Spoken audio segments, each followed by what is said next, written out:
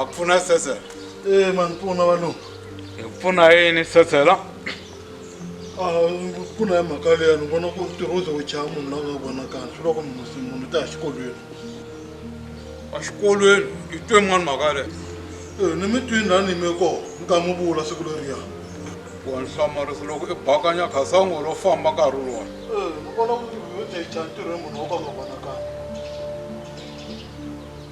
sweswo swi tshikeli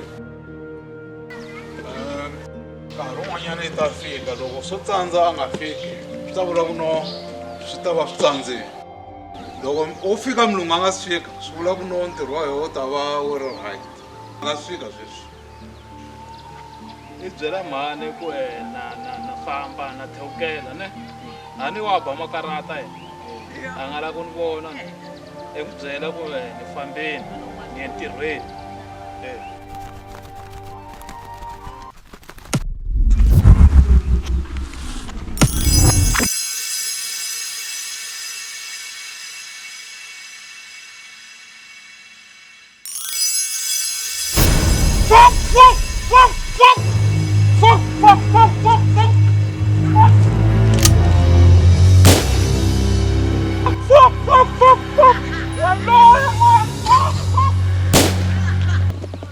kasi wayi wo vilela Kasi no tirha nkarhi na ndhuna.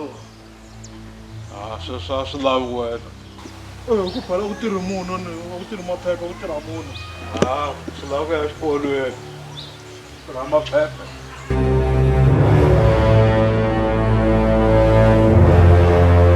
hello hi wena i Malutinkulu Valungu, mi nga ni khomela. Ni hlangana swa ku tika la ndleleni. Ni hlangana tsotsi yin'wanyana la niwa xapu. Ni hlangana munhu a ni duvula la ndleleni. A ni swi tivi ku ni duvulela yini.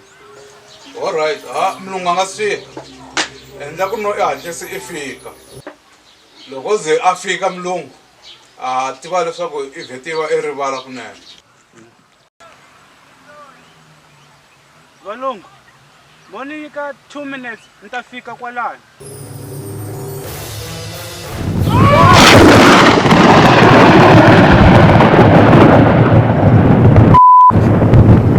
swona ka na fika laha tikweni ra vafundhisi a ka na tshulela swi tikomba nga ri swilo swa ku swi ka swi endla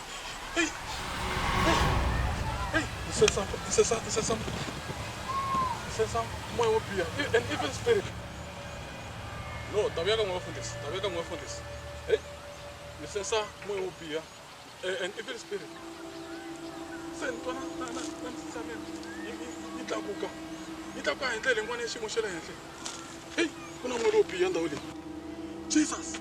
Jesus!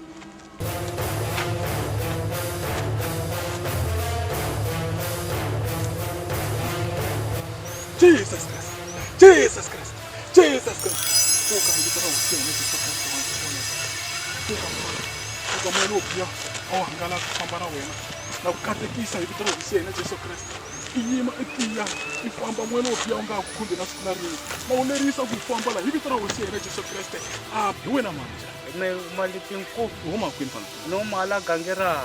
xikwembu a xi ku katekisi xikwembu xi famba na wena lomu ya kona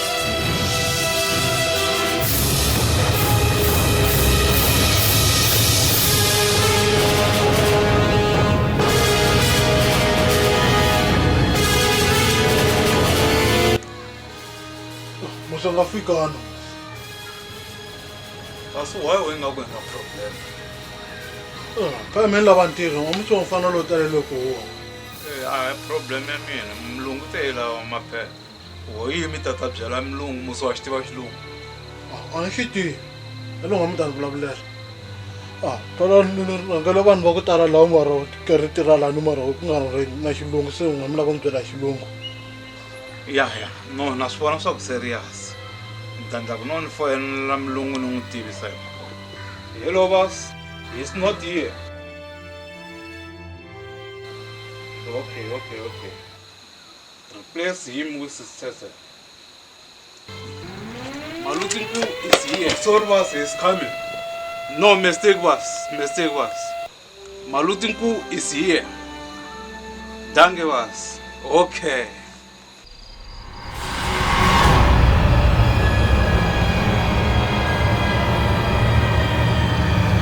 Tusukuyo mara wena. Tusukuyo mara wena. Wachilisha ndo. Yes. Amatula akubona ijomo.